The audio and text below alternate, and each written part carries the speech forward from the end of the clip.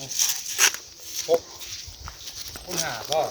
7 คูณ 5 7 คูณ 5 7 คูณ 5 7 คูณ 5ไปพี่น้อง ยาว6โจ้เฮ้6 คูณ 7 6 คูณ 7บ่6 คูณ 7ยับออกมาอีก6จังนี่มันขึ้นเป็นแหลมๆมันน่ะถึงว่ามาอันนี้บ่แชร์เด้อพี่น้องก็คิดเห็นเด้อเอา6 คูณ 7นั่นแหละเอา6เด้อบ่แชร์เรา6ต่อ6วันจันทร์นี่6 7วันจันทร์นี่เอานั่นบ่6 7ตัวตรงแล้วบ่เขาเป็นไงครับมาพี่น้องเนาะว่ามันเป็นจังไดเนาะถ้าว่าเฮายับเอาอีกกะยับเนาะครับว่ายับเขาอีกกะยับนั่นแหละจริงจังตามเนาะแม่นๆก็คอมเมนต์กันเข้ามาได้แต่ว่าทางผู้รักผู้ใหญ่เพิ่นได้ใช่เพิ่นว่าในใดอันนี้คือเฮาข้าวๆให้เพิ่นเบิ่งเดี๋ยวมื้อแรงเพิ่นเบิ่งคลิปแล้วก็ให้เพิ่น พิจารณาเบิ่งก่ ก่ อ อน นเมื่อเฮาสิถาม เห็นอ้ายเพิ่นมาแจ้งข่าวดีบ่มื้อนี้บ่แจ้งแต่เช้าบ่เดียวให้ เห็นจับเงินก้อนใหญ่บ่เคยเห็นจักเทื่อเนาะ บ่เคยเห็นจักเทื่อแล้วก็บ่เคยเห็นว่าคำลาสิประสบการณ์ได้ โดย มันบ่แม่นเซนดีใจจักแม่นหยัง โดย เชิญเสืออื่นขึ้นตั้งๆเลย เงินเฮา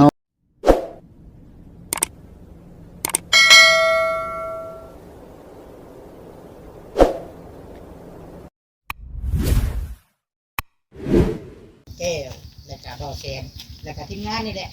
พี่น้องเนาะ พี่น้อง โอ้บาทนี้พี่น้องเอ้ย ได้พากัน มาเบิ่งกันอีกงานใหม่พี่น้องเนาะ ของกำลัง งานสิเข้ามา เอาตั้ง อีกเนาะงานต่อเติมเด้อเนาะต่อเติมเรื่องบ้านพี่น้องเนาะบาทนี้อยู่ที่ดินของอ้ายคำหลาเพิ่นเนาะพี่น้องไอ้เนาะเอาเห็นได้ยินข่าวดีกำลังระเบิดปึงปังอยู่พี่น้องไอ้ตอนนี้เนาะโตเอาจังไดก็ได้ดีใจกับอ้ายคำหลาเพิ่นเนาะพี่น้องเนาะตอนนี้กำลังจิตเตรียมเบิ่งพื้นที่พี่น้องไอ้เนาะพื้นที่แทกที่ดินเนาะว่าสิเอาตั้งบอนใดดีพี่น้องไอ้น้องหลาก็มาเบิ่งเวียกเบิ่งงานเนาะแล้วก็มีเวียกมีงานเข้ามาตื่นอีกพี่น้องไอ้เข้ามาเฮ็ดเวียกทางพี่บาทนี้เนาะเพื่อนงานเจ้าของก็ยังบ่ได้จุบเลยพี่น้องไอ้เนาะหับงานตื่มก็คือเตรียมสิตั้งเสาเนาะเพื่อนายคำหลาเพิ่นก็ได้ปะจังใดก็ได้เดี๋ยวเข้าไปเบิ่งมันจะขาดน้ำกันพี่น้องเอ้ยเห็นอ้ายเพิ่นแจ้งข่าวดีกันอยู่พี่น้องเนาะน้องหลาก็มากับทางพ่อเนาะโอ้นี่แหละ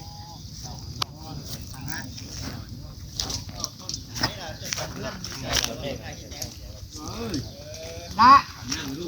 เป็นยังมาเบิ่งดูสิเอาบ่อนได้เฮือนนี่ โอ้ยมาพี่ก่อน เอาอยู่หันได้บ่นะมาก ำลังพี่น้องเลยเนาะกำลังสิแทงเบิ่งเฮือนเสียวจักเม็ดคูณจักเม็ดนี่ เอาลากบ่ลากบ่จังแม่เอาชิวหัวไปได้นี่เอาหุบบ่ไปทางไหนหั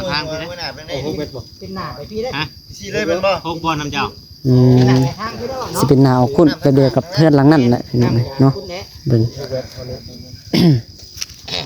โอ้ตำกล้องง่ายเพิ่นเด้อโอ้ย บ่ชุนแน่ใช่อาลีโดน ดูสบายบ่ มีเรื่องได้ดิเนาะ โอ้ตัวซับไหม้นะฮะ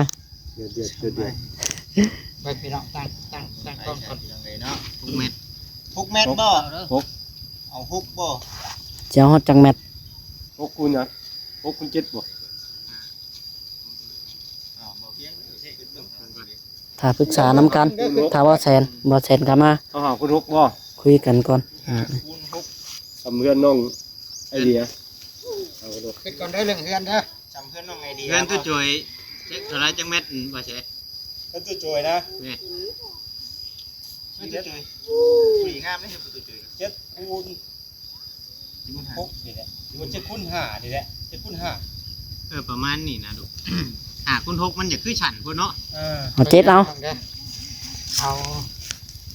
แพกว่าแพกเพื่อนก่อน 7บ่มา 7 เม็ด 7 เมตรอยู่ไหม ประมาณนี้ได้เพื่อนมุตุโจยกัน เนาะประมาณนี้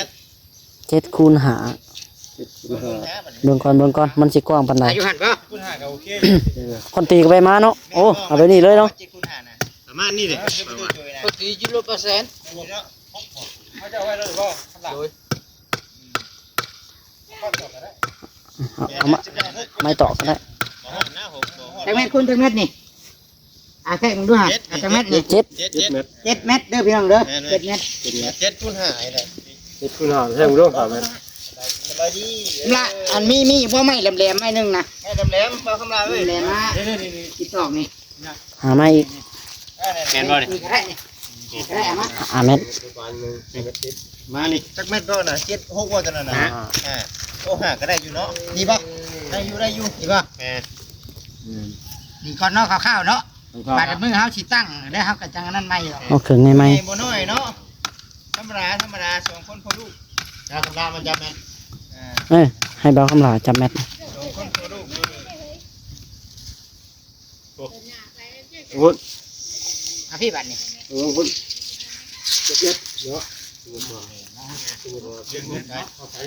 อ๋อแม่นอยู่โอเคแล้วฉันนี่กะเพื่อหาเงินหาคำได้ก็เอาไปทั้งนั้นเนาะ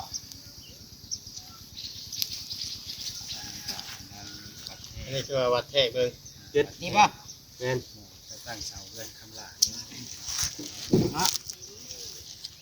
นั่นบ่ แต่ว่าความกว้างทั้งนี้เฮายังบ่ได้ดึงเลย ยัง จับจุดมันเอาดึงก่อนเอาไปแล้วมาพี่บัดนี้โอ้ยมาพี่บัดนี้ คูณ5ก็7คูณ5 7คูณ5 คูณ5 7คูณ5ไปพี่น้อง ยาว 6โจ้เฮ้ 6คูณ7สิบ่ 6คูณ7บ่ 6คูณ7สิ ยับออกมาอีกจะ6จังนี่ โอ้มันขึ้นเป็นแหลมๆมันน่ะ ถึงว่า เนาะ มาอันนี้บ่แชร์เด้อพี่น้องก็คิดเห็นเด้อ เอา6คูณ7นั่นแหละ เอา6เด้อเอาบ่แชร์เอา6เอา6วันจันทร์นี่6 7วันจันทร์นี่ เอานั่นบ่ 6 7ตัวตรง 67ตัวตรงนะบ่ 6 7 7 6 6คูณ7 7 6776 6 7 7 6 เนาะ 6คูณ7คูณงาม ข้างหลังเอาออก เอาไหม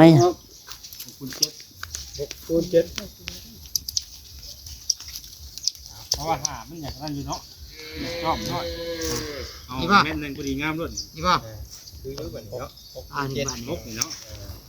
ทำกันบ่ทำแล้ว บ่แล้วเพิ่นยังสินั่นอยู่ คันคู่อันนี้มันนั่นเถอะ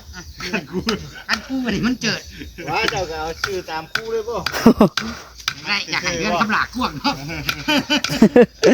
เอาบาทนี่ อย่าพ่วงหลายได้ช่างเพิ่นคิดค่าเลี้ยง ว่า เพิ่ม ไง เลย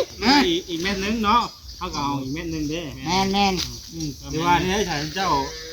คิดยังไง พอดีอยู่ถ้าแม่นรถทั่วแหลมจอย แหลม คือแหลมเนาะ แม่เบิ่งกันนะ แหลมครับ ก็ต้นถึงละ กว้างพอดีกว้างออกไม่ ทุกคนเลยเนาะ แล้วบ่คำลาถือเลขเด็กก็ไปก็ทั้งนั้นเดียวเป็นเฮือนใหญ่เลยป่านนี้ คนชิมเลยครับเลย ถึงเลขแล้วนี่ค่ะคิดว่าอย่างเงี้ย ว่า โอ้พี่น้องนี่ ดึงเงินเงินข้อออกไปด้วยคนชิมเลย คนปลูกคนไหมดิ โอ้ปลูกคนว่าคิดแล้ว ปลูกที่แล้วฉันแก้ว ขยับมาพี่บ่ได้บ่ทราบเพิ่น คือว่า ถ้าว่าสมมุติว่าสิได้เฮือนครัว มันโจ้บาดมือ เออ ถอยเอา คุ คุณ ณ ต้องถอยมาอีก แม่น เนาะ แม่นมันมือครึ่งยับมาพี่แล้ว อยู่เนาะแม่นอยู่ 7 เมตร ถอยไป มันสิ กว้างนะ ก่อนเอาไม้เด้ยับมาฮอดพี่ก็ได้ โดย ทางนี้เขาไล่เป็นกว้างเด้ ทางนี้เป็นทาง มันสุดดินเด้ ฮะ มันสุดดินเด้ ก็บ่ได้เลย ข่าวบนทางไฟจะข่าวเอาผู้นำเดียวดีงาม เอาไว้นั่นปูถอยยับออก ยังมาอีกเนาะ เอาแต่ว่าชำนี้ไว้ก่อนบาดมือเฮาสิเฮ็ดเฮาจังชูดขึ้นบาดนี้ สูดมาได้เนาะ ชูได้อยู่2เมตรก็ได้นะ ถ้ามาตั้งเฮือนน่ะสูดบ่ได้เนาะ แม่ชูดมาพี่ก็ได้นี่ชูดมาแถวพี่เพราะว่า เลี้ยงใบหญ้าได้อยู่ ชูดมาถึงพี่กะมันบ่ได้ถือกับโพนดอก แม่นบ่ถือแล้ววิทย์แล้วกับโฟน ประมาณนั่นแหละประมาณเม็ด2เม็ดเนาะ ประมาณ2เมตร ว่า2เม็ดก็ยังได้นะ โอเค โอเคอยู่อ๋อพอดีถมนองด้วยเนาะ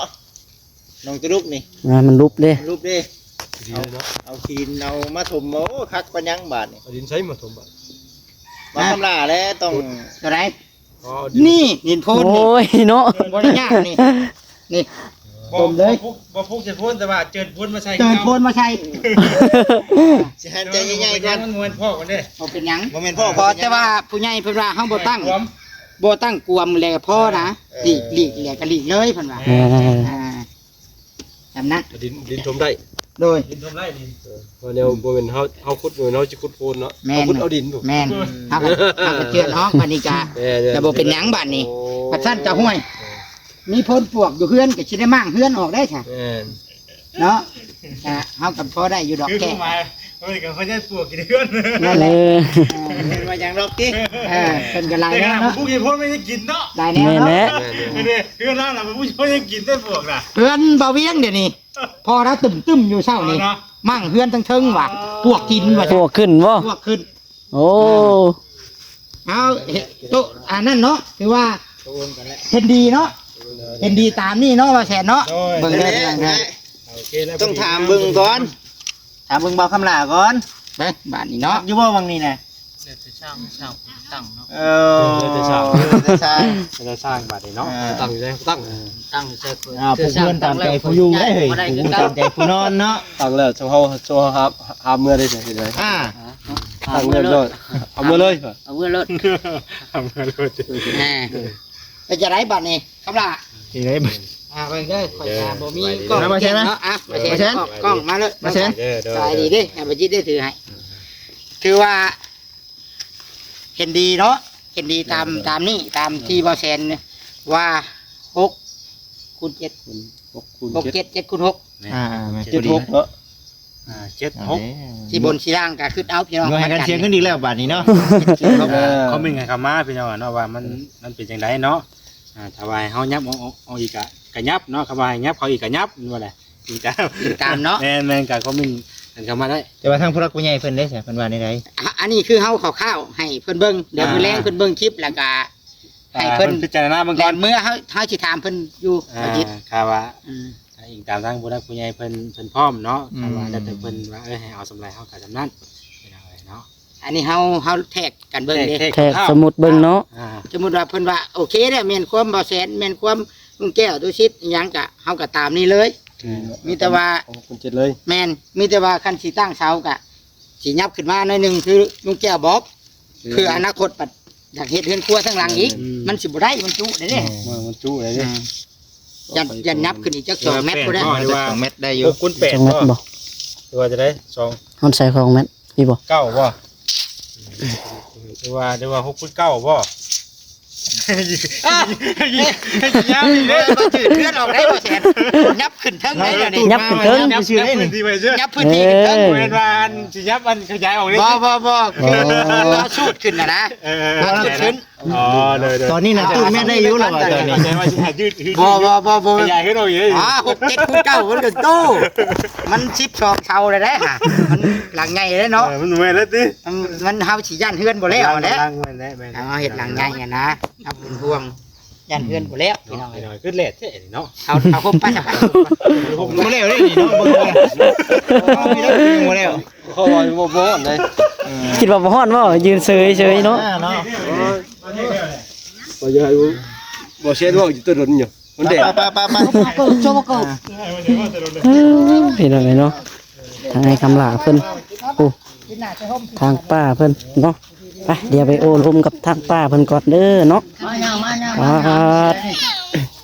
เอา ข้านย่างก็ว่า ไอ้คำลาสบายดีดีใจนะไม้เด้อเนาะ ยกกำลัง เดี๋ยวเพิ่นเอาลูกเพิ่นอยู่มาคุยกับทางป้าเพิ่นก่อนพี่น้องฮะ นะลูก ฮะ ก็เหมือนว่าตะกี้ว่าก็เหมือนห้องน้ำอยู่นี่ผู้เพื่อนอยู่นี่ เออ อยู่นี่คักเนาะ อยู่หันกะคักคือกันอยู่หันกะคักคือกันนั่นแหละมัน แล้วเลยห้องน้ำก็แล้วแล้วนะ นั่นแหละแต่ว่าคนตะกี้เนี่ยว่าเขาเป็นสักฉากใกล้ แม่สบายดีเนาะ มันก็อันนี้อยู่เนาะได้เฮาอยู่พี่เนาะก็ดีมันก็อิงตามจังได้พี่น้องไอ้มันแล้วน้องหลากะอิงตามไอ้อ้ายเพิ่นแล้วก็ทางผู้ใหญ่เพิ่นนะทางผู้ใหญ่ใจดีเพิ่นออกความคิดความเห็นเพิ่นให้วางบนนั้นก็สิวางบนนั้นก็ดีคือกันเฮาวางบนพุ่นก็เฮาเฮ็ดเรือนสุดเจนั่นเด้ทางพี่ก็เป็นพื้นที่โล่ง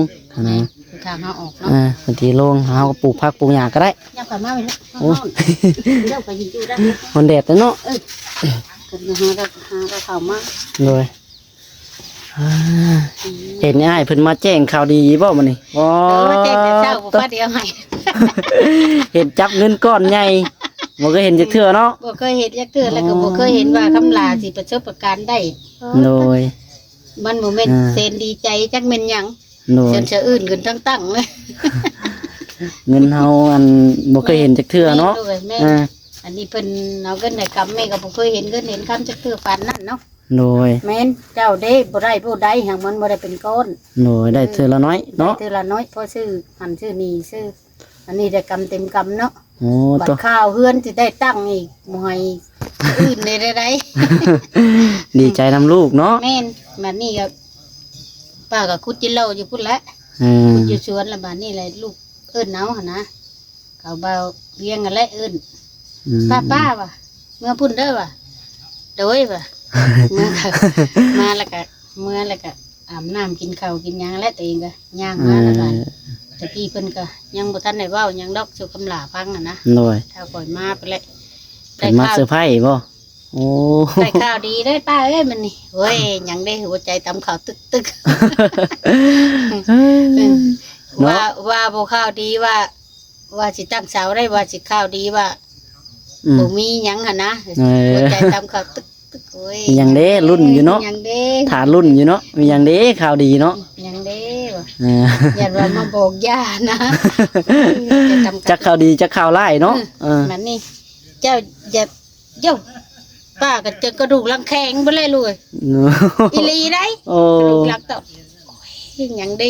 ยังบ่เว้าอีกฟังเด้อบักกะเลยป้าเอ้ยว่าสิเอาเงินออกมาให้เบิ่งบัดสิตั้งเสาได้บอกลูกแก้วว่าโอ้ ยิ้ม น้ำตา แล้ว จะ เนาะ ย่อย ใจชื่นไปแล้วเนาะ โอ้ยน้ำตาไหลลุดแล้วว่าเพียง อืม ว่าสิบ่ง่ายปานนี้ลูกเอ้ยสาธุบุญคำนำชูทุกผู้ทุกคนลูกเอ้ย โดย ดีใจน้ำมันคำลานะตะกี้ น้อย โยไผกะเพิ่นกะนั่นอยู่เพิ่นกะโอ้ยยังบ่มีนั่นแม่เอ้ยว่าจักว่าใดและเอ็นกันมื้อซื่นวานคืนหลังนั่นแหละ อื กับ ม บ่าวชิดนั่นแหละกับบ่าวเซนว่าลูกเมื่อสะก้อนว่าข้าวได้ข้าวดีจังสิมาเอ็นว่า อืม มานี่แหละคำลาก็ขึ้นถึงบ่แล้วเอ็นลินได้นี่ลูกเด้อ มานี่คำลาก็ขึ้นพุ่นเศร้านี่คำว่ายังบ่เห็นเบิดเดือน2 เดือนล่ะได้เสากับย่าแม่เอ้ยเฮาสิไปหาเงินมันล่ะ คำลานะ แม่น เออ แต่ลูกก็เฮาสิว่าสิมาป้าน้ำเจ้า อืม สิเอาให้อยู่ดอกว่าถ้าพังมึงเพิ่นสะก้อนขอร้องเพิ่นสะก้อนหั่นนะ เบิ่งก้อนเนาะ เบิ่งก้อนเขาว่าเพิ่นว่า อ่า ยังบ่มีแววมีหยังเลยเฮาสิไปเฮ็ดน้ำเบียดนี่ดอกมัน ไปเฮ็ดงาน แม่น ไปหางานน่ะได้เนาะ อาหาร อยู่ล่าก็แม่นความนั้นล่ะอยู่กับบ่มีเงินใช้ปัน ว่าสิมาย่อนะ หาเงินเนาะ คิด หาเงินซื้อ บัก ปูน กะเล่มาแล้วเช้านี่โอ้ยบ่ดีใจอะไรอยู่ลูก มาปุบปับ ปุบปับ มาแบบกระทันหันเนาะเงินเป็นก้อนสู่เฮาสิหาได้แม่นตัวเองเฮานี่ป้าตัวมันง่ายๆเลย เอวแข็งลูกเอ้ยบ่คิดว่าสิได้คน โดยโดยโด นี่ ย มันโตกันเนาะ โดย ปะทูลูกร้อนวะ อืม โอ้ตะสะทุบุญคำนำสู้ลูกเอ้ยผู้รักผู้ใหญ่ก็ให้เพิ่นอยู่ดีมีแฮงเนาะเพิ่นตั้งหาเงินหาคำสะดวกสำบายวะ โดย เฮ้ยได้ให้คำลามีแฮงลูก อันนี้ก็เห็นข่าวก็โอ้เห็น เห็นบ่ลู ที ก มงานเพิ่นโทรมาเห็นอยู่ป้า เบิ่งในคลิปตูซิดอยู่ อันนี้ เอ้าว่ะทางป้ากับคำลาได้รับข่าวดีได้ว่ะ แม่นี่ ได้จับเงินก้อนบักใหญ่มันว่ะ แต่ เอ สิเห็น อ แบบนี้ พี่น้องนะ เพิ่นเอิ้นเอาซะนี่นะ โดย แต่มาเพิ่นยังไม่บอกคำลาดอกเลย อืม เจ้าบ้ามาพี่ อืมแต่เบิ่งอย่าเพิ่นอยากเฉลยพร้อมป้าเลยนะอยากให้ป้าฮู้นํ แม่น ว่า เพิ่ สิ น ได้ อยากอ้วยรถเขามันแต่มันยากอะนะ โดย ได้เลนกายเลยเพิ่นว่าตะกี้ว่าสิไปกันแหละ อืม อันนี้ไปพุ่นก็บ่เป็นหยังแต่ว่าของอยู่พุ่นมันสะดวกแล้ว บ่อนเลี้ยงงูเลี้ยงควายกันเนาะปลูกเท่านี้เลยมีแต่หญ้าฟูหญ้า อันนี้ลุงนั่นน่ะเลี้ยงควาย ห ใน ญ้าลายอยู่ งัวในดูเอ้ย เออ น่ะบ่ได้มาเลยนะ ทางลุงเพิ่นบ่เพิ่นเลี้ยงงัวบ่ งัวในควายใน เออ ควายตัวหนึงดอกควายก็ดีอ่า เอาดีใจนํไป ดีใจลูก โดย เออ คำนำสู้ถ้าเจ้าก็ได้ลูก โด เอ้ ย ยฉันบ่ว่าแหละ คือว่าได้ยินว่าสิจักมื้ออื่นบ่สิเร่งด่วนๆเลยได้เนาะ เขามันสิเข้าพรรษาแล้ว คันเข้าพรรษานี่คลำคือกันว่าทางบ้านนี่ก็ ล้ํ คลำคือกันเนาะ คันตั้งไว้แล้วเฮ็ดยามใดก็ได้ เออคันเฮาย่อขึ้นปุ๊บนี่เฮา แม่น อันเฮ็ดยามใดก็ได้บัดนี้เนาะ ได้ คันเฮาตั้งก่อนพรรษาเนาะ แม่ ยามใดก็ได้บ้านเจ้าคือกันแน่ แม่นแม่นแม่น เที่ยวใดก็ คือกันคือกัน แม่น อันนี้ก็ มานี่เลยเฮาตั้งขึ้นเลยเลยเฮาโตแต่มาเฮ็ดน้ำหลังก็ซื้อบ้าน โดย เฮาได้ยามใดก็มาเฮ็ด แม่น เพิ่นแล้วก็ว่าได้แต่เทได้แต่ตั้งกับเทคานบ่เทบ่ได้เทตีนบ่ ตั้ง แม่ เสา ก็บ่ฮู้ จักอันนี้ก็ยังบ่ปานใดมีแต่ว่าตั้งเสาหรือว่าสิเทคานนำบ่ อันนี้ได้เห็นบ่ ตั้งเสาเทคานบ่เพิ่นว่าโอ้ เทหอบมัน อ่า นะ ตั้งเสาแล้วก็น่าจะเป็นก่อแอวแล้วก็เทคานหั่นนะแล้วก็เฮาหาขี้ดินเข้าบัด แม่น แบบนั้น อืม อันนี้ก็เดี๋ยวถ้าเบิ่งว่ามันสิใช้งบเบิดปานใดหั่นนะ แม่น ถ้าว่างบมันเพิ่นพอก็จวดๆไปเลยก็ เพิ่น ดีคือกัน เพิ่นตามเพิ่นแจ้งเช้านี้น่ะโทรแต่ ตั้งเสา ซ้ำนี่ลูกเอ้ย ตั้งเสาเทคาน แม่น โอ้ แต่สิถางบมาใหม่ โดย นะบัดนี้ละผู้ให้เสาก็แม่นเพิ่นลูกเอ้ย โอ้ ผู้ตั้งก็แม่นเพิ่น โดยโดยโดย และบาดนี้ผู้สิซื้อรถไทยก็แม่นเพิ่น โดย ได้อันบ่าวชิดโทร โด เอ็ ย น โดย เอ็น โดย มื้อเช้านี้ ได้ยินอยู่อันบาตุสิตเพิ่นเว้าแต่เพิ่นบ่ได้อันผสมออกน้ำอันบ่ได้ออกเสียงออกเสียงเพิ่นบอก แม่ ว่า จักแม่เพิ่นเนี่ยลืมแล้วลูก บ่ เออ เออ เอ็นแม่เอ็นเดี๋ยวนี้ป้าเอ็นเดี๋ยวนี้ป้าลืมเดี๋ยวนี้ ก็ลงหน้าลงหลังแม่เพิ่นพาขอบใจนั่นแม่ได้เลย แม่บ่ แม่น เออ ผู้แม่ยิ่งลูกเอ้ย อืม แม่ผู้ชาย อืม ยิ่งลูกเอ้ย โดยโดย อันผู้ซื้อเสาให้ก็แม่นเพิ่นนะ โดย ผู้สิมาตั้งให้นี่ก็แม่นประมาณนี้เลยค่ะถ้าเพิ่นว่าบ่ได้เลยรุ่นบ่ โดย รุ่นใหม่อีกนะ มันเฮ็ดเฮือนเฮาเฮ็ดไปทีละขั้นตอน แม่นโอ้ยยังดีเลยลูกเอ้ย โอ้ได้ตั้งย่อเสาขึ้นก็มีแฮงแหละคันเฮาบ่ได้ย่อเสานี่ทีมงานในอ้ายนี่สิบ่ได้เข้ามาเลยบาดถ้ามันบ่มีเงินเด้ แม่น เฮาเข้ามาก็บ่มีเวียกบ่มีหยังเฮ็ดบาดนี่ บ่มีความหมายเนาะ แม่นถ้าเฮาได้ย่อปึ๊บขึ้นน่ะโอ้ อันนี้ โอ ได้ เค เนาะเพิ่นก็สิรุ่นไปต่อๆเนาะ ถ้าเฮาบ่ได้ย่อนี่จักแม่นจักเดือนเพิ่นจังสิได้เริ่มเฮ็ดต่อบ่ป่ะ ออกพรรษาไปแล้ว วิทย์เดือนวิทย์เดือนออกพรรษาบ่เดือนชีวิต เดือน11ออกพรรษาลูก วิทย์เดือนไปแล้วเนาะ วิทย์พุ่นแล้วออกพรรษาไปแล้วบัดนี้ก็เดือน สมมุติเฮาได้เดือน11มาล่ะพุ่นแล้วถึงเดือน12เดือน1เดือนหนังไปพุ่นแล้วบัดนี้เฮ็ด เกี่ยวเข้าพุ่นแล้วเนาะปาดต พุ่นแล้วคันว่าวิทย์ภาษาแล้วคำว่าเฮาได้ย่อคือบ่อื่นนี่ อืม คือบ่อื่นนี่เฮาย่อไว้แล้วเนาะสมมุติว่าเฮามีไม้มีหยังมีงบมันก็ยามใดก็เฮาขึ้น เฮาเฮ็ดได้เนาะ แม่น โอเคพี่น้องนี่ทางใดก็ถือคือกันซะเนาะ แม่น โอ้ไอ้คำละตักน้ำเข้าห้องน้ำบ่โอ้ น้ำเบิดบ่ เออเพิ่นคือว่าเพิ่นมีบ่กระถางเข้าห้องน้ำเพิ่น คู่นะลูกบ่มีนะ บ่มีบ่ แม่น เออยังบ่มี กระถาง กระถางน้ำเนาะ แม่นบัดนี้ทังเดียวเพิ่นซื้อมาให้บัดใส่ข้าวสารจ้ะลูก อื เออ ม ทังอันดำนั่นแหละ โดย ใส่ข้าวสารมันเดี๋ยวนี้มันใส่ เอาโอเคเด้อดีใจนำ เออดีใจลูก ดีใจนำป้าเนาะแล้วก็ไอ้คำละโดย ดีใจหลายๆ อยู่ดีมีแห้งป้า มี เอ้ย เจ้าก็ได้ลูกเอ้ย โดย ได้น้ำจุกทุกคนเนี่ยลูกเอ้ย โดย ให้กระปากให้กระว่ากันเนาะ โดยซอยๆกันคู่คนใครก็ได้พี่น้องเอ้ยไปโอเคพี่น้องเนาะสำหรับคลิปนี้ก็สิขอตัวไปก่อนพี่น้องไอ้ผู้ทีมงานในอ้ายเพิ่นพากันโอลมคุยกันอยู่เนาะเรื่องเฮือนอ้ายคำหลานี่แหละพี่น้องเอ้ยจังไรก็เนาะน้องหลาก็ขอขอบใจหลายๆเด้อเนาะทางผู้หลักผู้ใหญ่พี่น้องเนาะที่ช่วยเหลืออ้ายคำหลาพี่น้องเอ้ยเนาะน้องหลากับพ่อแต่เห็นคลิปแล้วก็ FC พี่น้องเอ้ยเนาะคอมเมนต์มาบอกน้องหลาโอ้ยไอ้คำหลาเพิ่นเตรียมจะได้ย่อเสาเฮือนน่ะเด้อว่าเนาะโอ้น้องหลากะโอ้ยคิดดีใจเลยพี่น้องดีใจน้ำเพิ่นเนาะจังใดพี่น้องไอ้เนาะน้องก็ว่าน้องหลากะเพราะว่าทีมงานAIเพิ่นพี่น้องเนาะ YouTube สายบุญเขามาซอยบ่ได้ทิมบ่ได้ปะพี่น้องเอ้ยเขามาเบิ่งจนฮอดมือตั้งเสาเตรียมสิได้เริ่มสร้างบ้านนี้พี่น้องเอ้ยเนาะไปโอเคพี่น้องเนาะสำหรับคลิปนี้น้องหลาขอตัวได้อพี่น้องเด้อเนาะถ้าว่าคำบอกคำจาคำไหนบ่งามพี่น้องน้องหลาขอโทษขออภัยหลายๆเนาะเอาคลิปนี้บายบายพี่น้องเนาะโดยสบายดีเนาะคนนะให้คำหลาพี่น้องเอ้ย หิวน้ำมาเข้าห้องน้ำเพิ่นก็ได้เนาะหิวจะทาง